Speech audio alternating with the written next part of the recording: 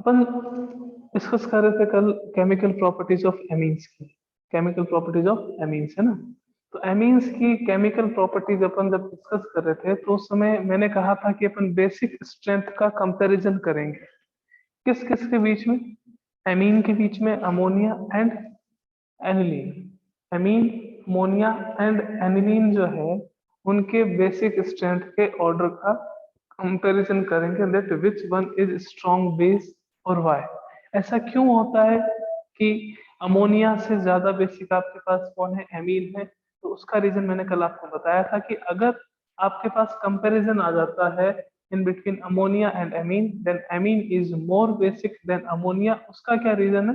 Because ammonia में क्या रहता है, 3 hydrogen group, 3 hydrogen atoms are bonded with the nitrogen. And amine में क्या रहता है कि at least one valency of nitrogen is satisfied by any alkyl group which show plus i effect। तो जो प्लस आई इफेक्ट शो करेगा वो क्या करेगा? इलेक्ट्रॉन डोनेट करेगा और नाइट्रोजन पे लोन पेयर ऑफ इलेक्ट्रॉन ज्यादा अमाउंट में अवेलेबल होंगे। और जितने ज्यादा अमाउंट में loan pair of electron available होंगे वो उतने ही इजीली इलेक्ट्रॉन को क्या करेगा? डोनेट करेगा। और जो लोन पेयर ऑफ इलेक्ट्रॉन को डोनेट करता है उसको अपन क्या कह देते हैं? उसको अपन बेस कहते हैं। क्लियर है? मेरे हिसाब से ये जो कल मैंने आपको बताया था उसमें कोई दिक्कत नहीं है, कोई प्रॉब्लम नहीं है ना। अब अपन चलते हैं आगे। तो सर आगे कैसे? कल जो मैंने आपको ऑर्डर बताया था बेसिक स्ट्रेंथ का, कल मैंने आपको ऑर्डर बताया था एक 1 degree, 2 degree, 3 degree amine. 1 degree, 2 degree और 3 डिग्री एमीन का। तो मैंने आपको कहा कि दैट 3 डिग्री एमीन सबसे ज्यादा बेसिक होगा। फिर कौन सा होगा? 2 डिग्री एमीन। और फिर कौन सा होगा आपके पास? 1 डिग्री एमीन। और इसके बाद अगर आप देखो तो कौन आएगा आपके पास? अमोनिया। कि सर ऐसा क्यों होता है? कईयों के मन में अगर क्वेश्चन हो तो भी बात कर लेते हैं। बट ये जो ऑर्डर रहेगा वो कौन से स्टेट में रहेगा? गैसियस स्टेट में। तो कभी आपको क्वेश्चन पूछे तो आप ये देखो कि आपको कौन सी स्टेट में बेसिक स्ट्रेंथ का ऑर्डर पूछा है। अगर गैसियस स्टेट में पूछे देन 3 डिग्री, 2 डिग्री, 1 डिग्री। अगर एक्वा सॉल्यूशन में पूछे then order will be different. Different order रहेगा अपने पास। वो क्यों रहेगा उसका रीजन भी देखेंगे। 3 डिग्री एमीन में आपके पास क्या था कि CH3 एंड CH3। और यहाँ पे आपके पास CH3, नाइट्रोजन के पास क्या था? Lawn pair of electron. 2 degree amine की बात करें, CH3 and CH3, lawn pair of electron. और यहाँ पे क्या था अपने पास? हाइड्रोजन। यहाँ क्या था? CH3 NH2। यहाँ क्या था अपने पास? NH3। तो अपने को तो ये देखना है कि इलेक्ट्रॉन विड्रॉइंग ग्रुप है या इलेक्ट्रॉन डोनेटिंग ग्रुप है। अगर इलेक्ट्रॉन डोनेटिंग ग्रुप बॉन्डेड होगा तो बेसिक स्ट्रेंथ को इंक्रीज करेगा। इलेक्ट्रॉन विड्रॉइंग ग्रुप होगा तो बेसिक स्ट्रेंथ को क्या करेगा? डिक्रीज करेगा। यहाँ पे इलेक्ट्रॉन डोनेटिंग ग्रुप है, ये क्या करेगा? इसको इलेक्ट्रॉन देगा, इसको इलेक्ट्रॉन देगा, इसको इलेक्ट्रॉन देगा। ये भी कौन सा इफेक्ट शो करता है? प्लस आई। ये भी कौन सा? प्लस आई। ये भी कौन सा? प्लस आई। और जितने भी प्लस आई वाले ग्रुप होते हैं वो क्या होते हैं? इलेक्ट्रॉन डोनेटिंग ग्रुप होते हैं, EDG होते हैं। तो इलेक्ट्रॉन डोनेटिंग ग्रुप यहाँ पे 3 है, यहाँ पे इलेक्ट्रॉन डोनेटिंग ग्रुप आपके पास 2 है, यहाँ पे इलेक्ट्रॉन डोनेटिंग ग्रुप आपके पास 1 है। तो इलेक्ट्रॉन डोनेटिंग ग्रुप यहाँ पे सबसे ज्यादा है। तो नाइट्रोजन के पास lone pair of electron available सबसे ज्यादा कहाँ होंगे? 3 डिग्री एमीन में। उससे कम कहाँ होंगे? 2 डिग्री एमीन में। उससे कम कहाँ होंगे? 1 डिग्री एमीन में। और उससे कम कहाँ होंगे? अमोनिया में। तो 3 डिग्री में आपके पास सबसे ज्यादा लॉन पेयर ऑफ इलेक्ट्रॉन है, तो ये डोनेट करने की टेंडेंसी इसकी क्या होगी? मैक्सिमम। इसकी उससे कम, इसकी उससे कम और इसकी सबसे कम। तो ऑर्डर अपने पास क्या आ जाएगा? 3 degree amine, 2 degree amine, 1 degree amine and ammonia in gaseous state. अब बात करते हैं इन एक्वा सॉल्यूशन कि एक्वा सॉल्यूशन में अपने पास क्या ऑर्डर रहेगा इसकी basic strength.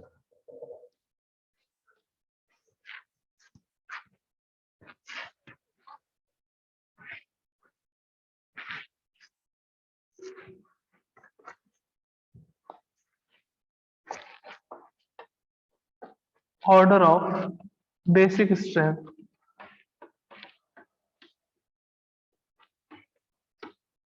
In aqua solution, in aqua solution. Aqua solution means कि आप वाटर में इसको क्या कर रहे हो? डिसॉल्व कर रहे हो। इसका मतलब ये होता है एक्वा सॉल्यूशन। अब एक बात बताओ कि मैंने आपको जब अपन एमीन की फिजिकल प्रॉपर्टीज कल डिस्कस कर रहे थे, अगर आपको याद हो तो मैंने कहा था कि जो लोअर एमीन्स होते हैं वो वाटर में सॉल्युबल होते हैं due to the formation of hydrogen bond. बताया था मैंने आपको कि हाइड्रोजन बॉन्ड होगा, उसके कारण से जो लोअर एमीन्स है वो वाटर में क्या रहते हैं, सॉल्युबल रहते हैं। अब अपन ये देखेंगे कि कौन सा एमीन कितने हाइड्रोजन बॉन्ड का फॉर्मेशन करता है इन इट्स एक्वस सॉल्यूशन। कि फॉर एग्जांपल आपके पास आ गया RNH2, ये आ गया एक 1 डिग्री एमीन, ठीक है। एक अपने पास आ गया RNRH, ये आ गया 2 डिग्री एमीन।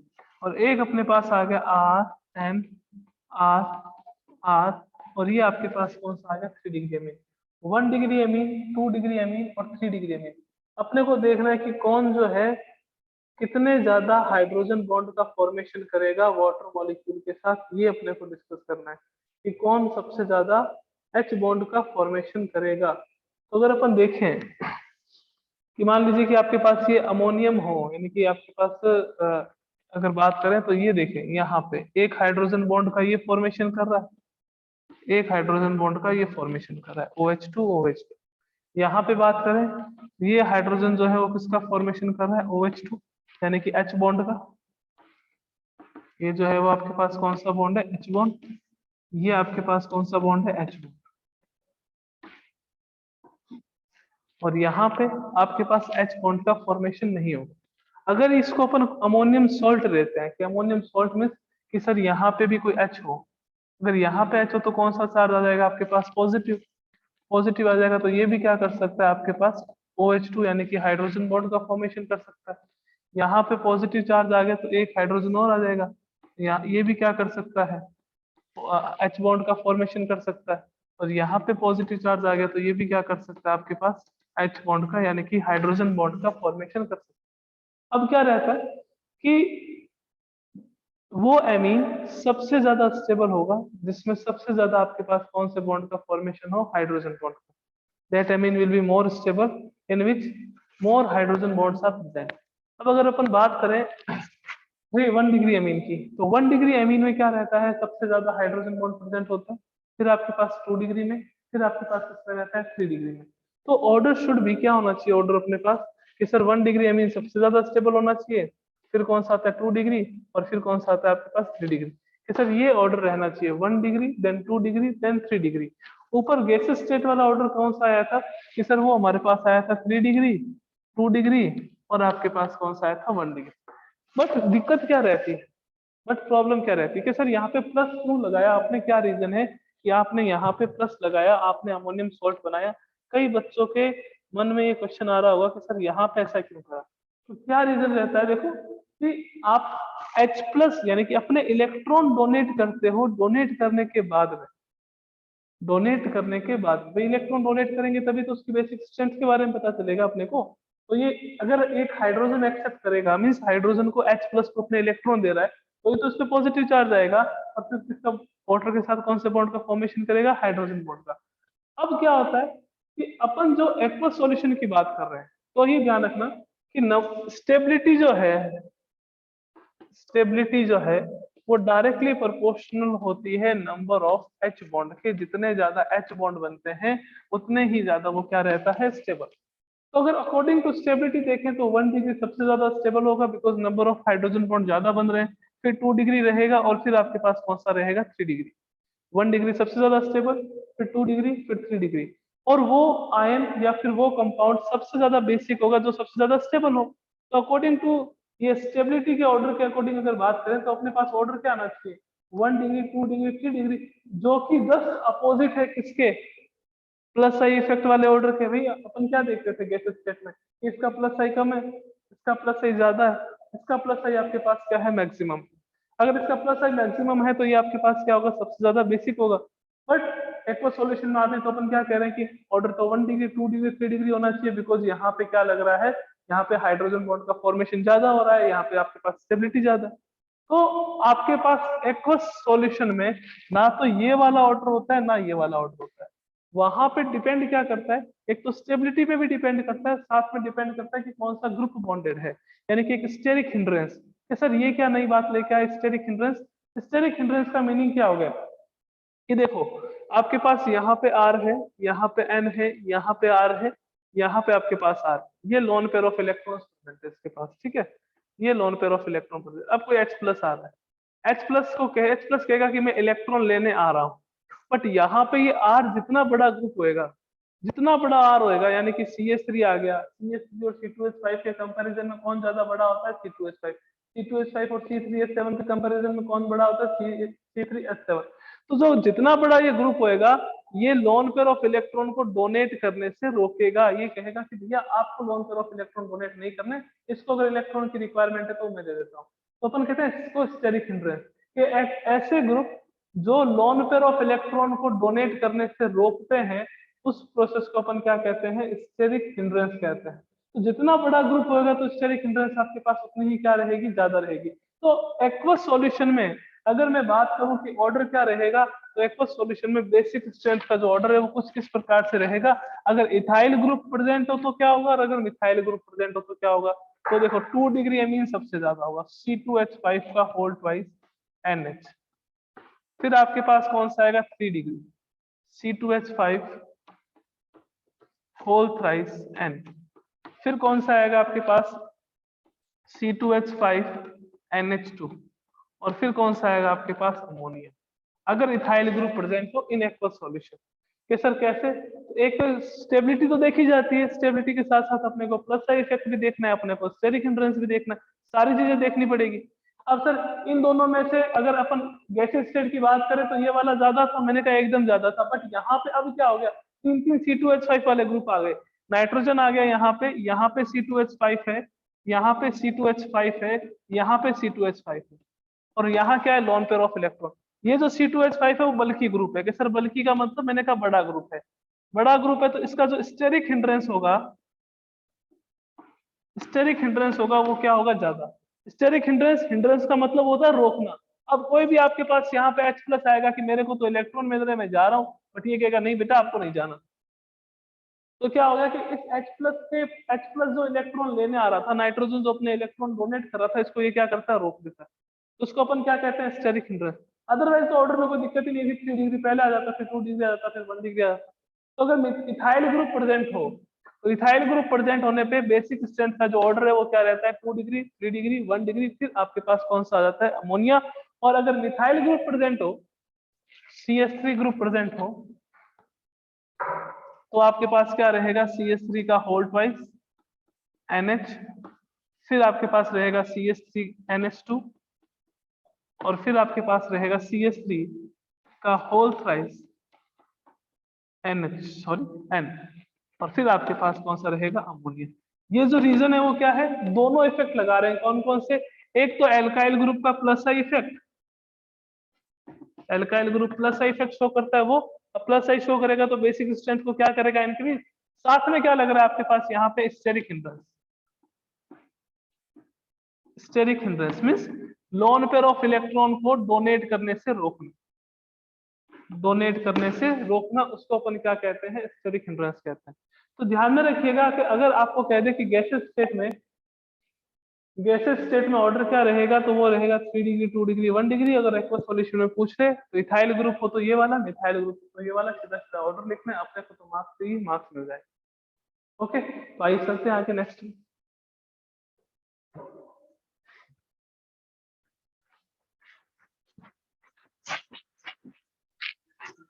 नेक्स्ट देखते हैं, नेक्स्ट आपके पास कंपैरिजन करना है किसमें? एनिलीन और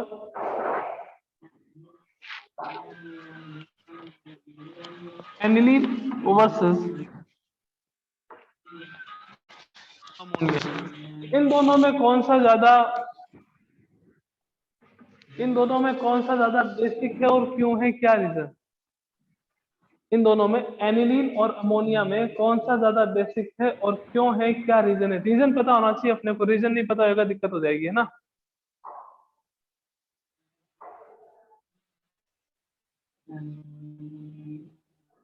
अब देखते हैं कि आपके पास जो एनिलीन है और जो अमोनिया है उसमें कौन सा ज्यादा बेसिक है और क्यों है? क्या रीजन है ना। बड़ा मजा आएगा, बड़े मजेदार रीजन है इसके। देखो क्या रहता है।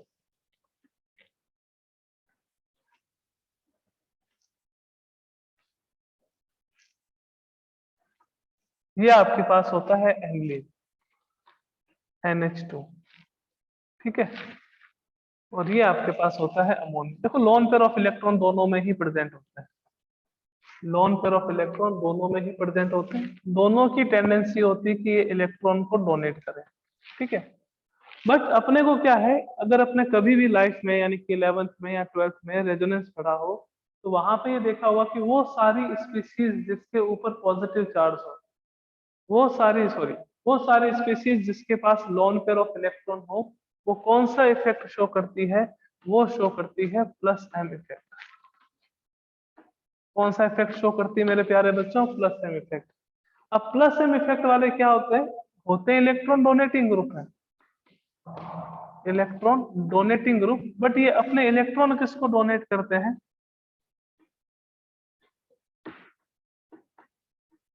अपने इलेक्ट्रॉन डोनेट करते हैं ये बेंजीन रिंग को।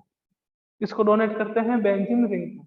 यहाँ पे आपके पास नाइट्रोजन के पास क्या है, लोन पेयर ऑफ इलेक्ट्रॉन, ये भी अपने इलेक्ट्रॉन डोनेट करता है, ये भी अपने इलेक्ट्रॉन डोनेट करता है। किसको डोनेट करेगा कि कोई ना कोई अगर आपके पास इलेक्ट्रोफाइल आ जाएगा जिसके ऊपर पॉजिटिव चार्ज हो, उसको डोनेट करेगा। तो बेसिक कौन हुआ, देखो ये क्या कर रहा है, एनिलीन जो है वो अपने इलेक्ट्रॉन डोनेट करके किसको, बेंजीन रिंग को, और वहां पे क्या कर रहा है, रेजोनेंस कर रहा है,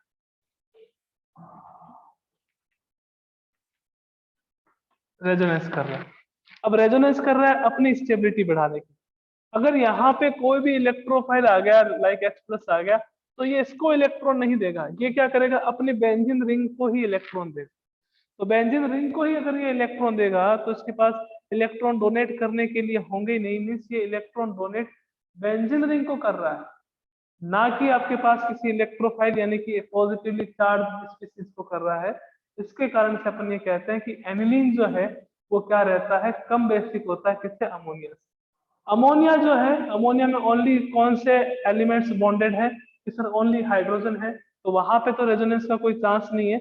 और ना वो आपके पास प्लस का इफेक्ट शो करते हैं, ना माइनस का इफेक्ट शो करते हैं। तो अमोनिया में नाइट्रोजन के पास जो लोन पेयर ऑफ इलेक्ट्रॉन है वो डोनेट किए जाते हैं किसी इलेक्ट्रोफाइल को या किसी पॉजिटिवली चार्ज स्पीसीज को। और अपने को पता है कि बेस की डेफिनेशन क्या होती है, कि वो सारे सब्सटेंस जो loan pair of electron donate करते हैं उसको अपन क्या कहते हैं, बेस कहते हैं। तो इन दोनों में से अगर बात करें तो ये अपने लोन पेयर ऑफ इलेक्ट्रॉन को डोनेट कर रहा है, तो उसको अपन ने क्या कह दिया कि इट इज ए बेस। और ये अपने loan pair of electron donate नहीं कर रहा है, ये अपने loan pair of electron present है, इसके कारण से बेंजीन रिंग के साथ क्या करता है, रेजोनेंस करता है। और रेजोनेंस से क्या होता है, इसको stability. At the final stage इसके पास लोन पेयर ऑफ इलेक्ट्रॉन इसके पास ही आ जाएंगे, ये किसी इलेक्ट्रॉन डेफिशिएंट स्पीसीज को अपने loan pair of electron donate नहीं करेगा, नहीं करेगा तो ये बेसिक नहीं होगा। तो बेसिक स्ट्रेंथ का अगर आपको ऑर्डर पूछ ले तो सबसे ज्यादा तो आपके पास कौन होते हैं, एमीन। एमीन के बाद कौन आता है आपके पास, अमोनिया। और अमोनिया के बाद आपके पास कौन आता है, एनिलीन।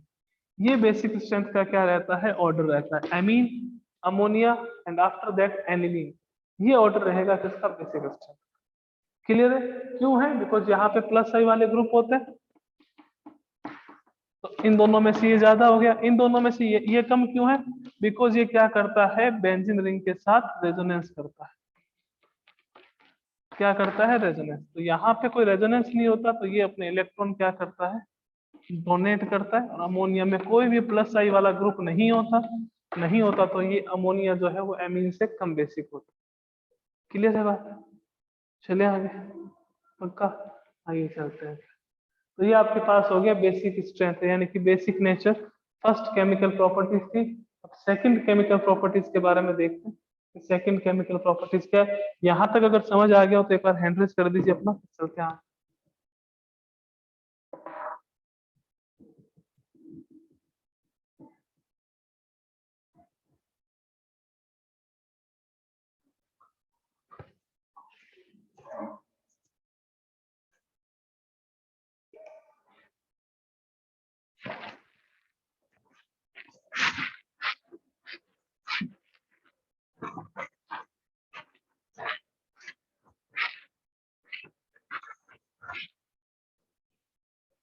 देखिए नेक्स्ट बात करते हैं आगे सेकंड केमिकल प्रॉपर्टीज की।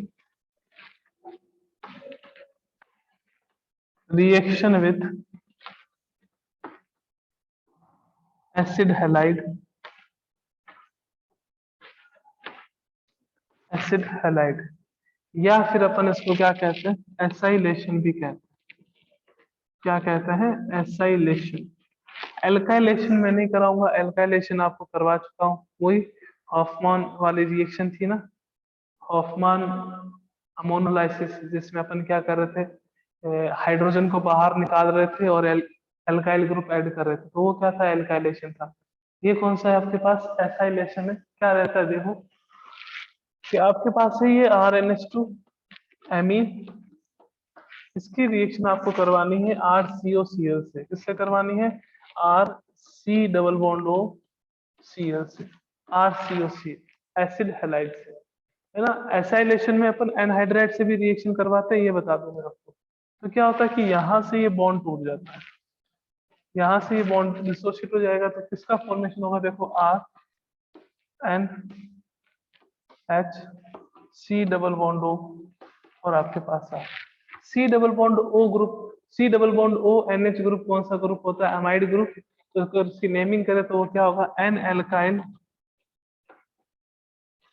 एल्केनामाइड, एन एल्काइन एल्केनामाइड, इसका क्या रहेगा, नेमिंग रहेगी।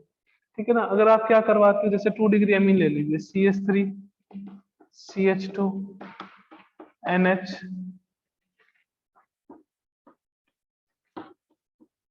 प्लस आपके पास Cl C double bond O CH3, आपने ये लिया CH3COCl की रिएक्शन 2 डिग्री एमीन से करवा दी।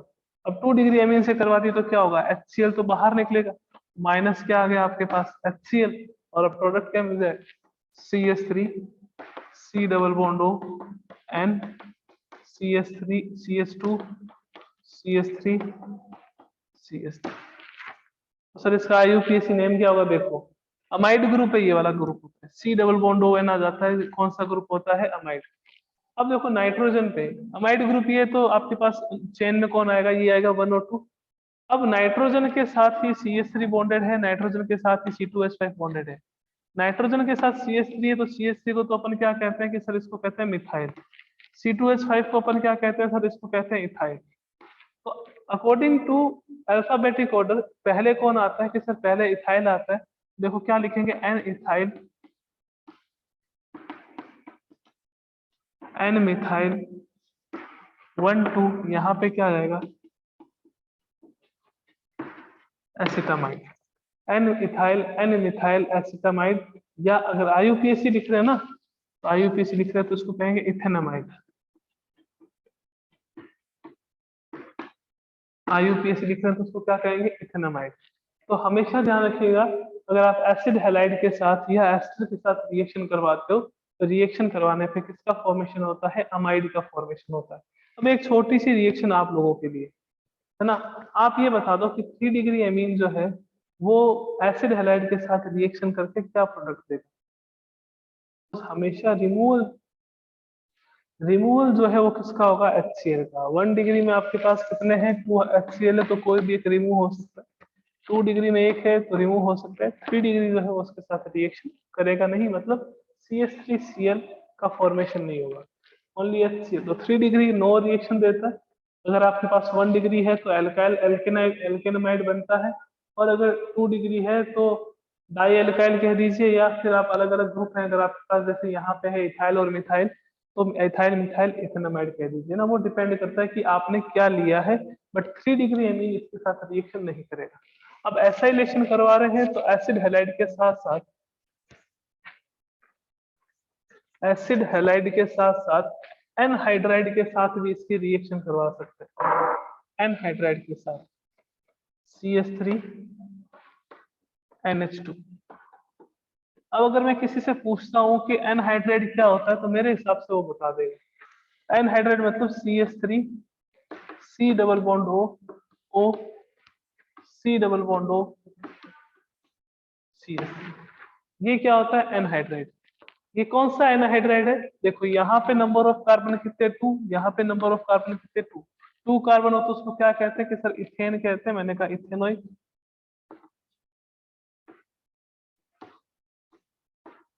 इथेनोइक एनहाइड्राइड हो गया। क्या हो गया आपके पास? Ethanoic anhydride. तो यहाँ से तो NH बॉन्ड का क्लीवेज होता है, यहाँ से ये क्लीवेज। तो क्या मिलता है आपको? एक तो अमाइड मिलेगा CH3 C double bond O NH, और यहाँ पे CH, और प्लस आपको क्या मिलेगा? एसिड मिलेगा CH3 COOH। इसका नाम क्या हो जाएगा? IUPAC अगर देखें तो देखो 1 2 N methyl ethanamide, N methyl ethanamide. इसका क्या रहेगा आपके पास? IUPAC नेम हो जाएगा N मिथाइल इथेनामाइड। अब यहाँ पे आप 2 डिग्री ले लेते हो, CH3 NH, यहाँ पे CH3, तो 2 डिग्री ले लिया आपने। तो 2 डिग्री ले लिया तो क्या मिलेगा? CH3 C double bond O O C double bond O, और आपके पास CH3। तो 2 डिग्री लोगे तो क्या होगा? वहां पे भी आपके पास ये एसिड बाहर निकलेगा, और क्या मिलेगा आपको? CH3 C double bond O N CH3, और यहाँ पे भी आपके पास CH3। तो ये क्या हो गया? N डाइमिथाइल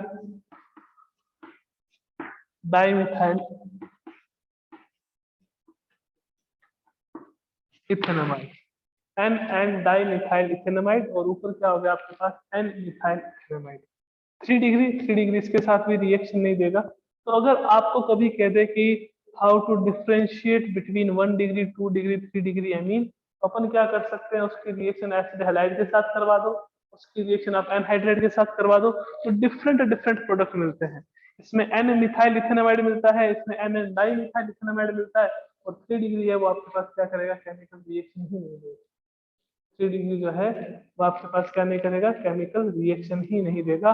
तो यहाँ तक का क्लियर है? तो एक बार जल्दी से हैंड रेज कर दो बच्चों, यहाँ तक का क्लियर है? अब रिएक्शन है, लर्न करनी है और कुछ नहीं। बट डिफरेंशिएट ध्यान रखना, पूछा जाता है आपके CBSE एग्जाम में, differentiate, how to differentiate 1 degree 2 degree 3 degree amine, how to differentiate between 1 degree 2 degree alcohol. तो थोड़ा सा पता होना चाहिए कि कैसे डिफरेंशिएट करते हैं, कौन कौन सी ऐसी रिएक्शन है जो डिफरेंशिएशन के काम में आती है ना।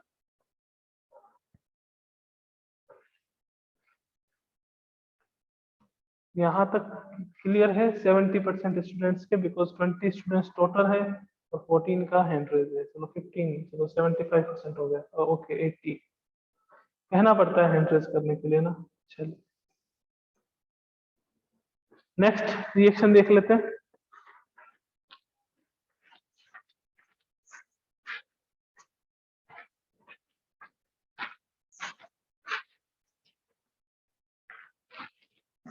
नेक्स्ट बड़ी इंपॉर्टेंट रिएक्शन है। कौन सी रिएक्शन है? Third reaction isocyanide.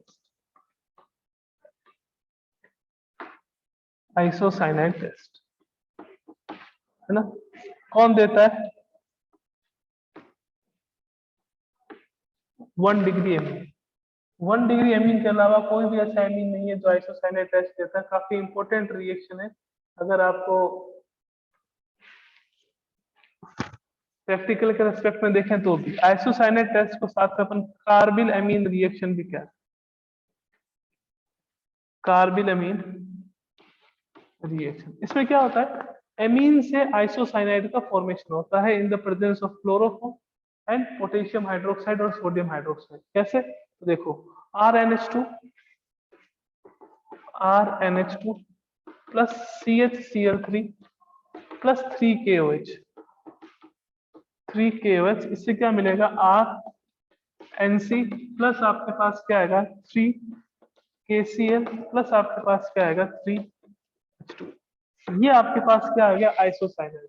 तो 1 डिग्री एमीन का अगर आपके पास कोई ऐसा प्रैक्टिकल में कोई ऐसा कंपाउंड हो जिसमें 1 डिग्री एमीन है, आपको कहना हो कि इसका कंफर्मेटिव टेस्ट बताओ कौन सा होगा, तो अपन आइसोसाइनाइड टेस्ट कर सकते हैं। उसमें क्या करते हैं कि जो एमीन है उसको लेते हैं, एमीन में अपन थोड़ा सा क्लोरोफॉर्म डालेंगे, साथ में पोटेशियम हाइड्रोक्साइड या सोडियम हाइड्रोक्साइड का फ्रेश सॉल्यूशन डालेंगे। सॉल्यूशन डालते ही आपके पास क्या होगा, आरएनसी बनेगा, एक अजीब सी स्मेल आएगी, तो अपने को पता चल जाएगा कि आरएनसी का फॉर्मेशन हो रहा है, आइसोसाइनाइड का फॉर्मेशन हो रहा है। This reaction is known as isocyanide और कार्बन अमीन रिएक्शन। ओके, अब इस रिएक्शन की जो मैकेनिज्म है अपने एनसीईआरटी में तो गिवन नहीं है, बट इसकी मैकेनिज्म भी अपन देखेंगे कि कैसे आइसोसाइनाइड का फॉर्मेशन होता है फ्रॉम एमीन। तो ये सब चीजें अपन नेक्स्ट क्लास में करेंगे।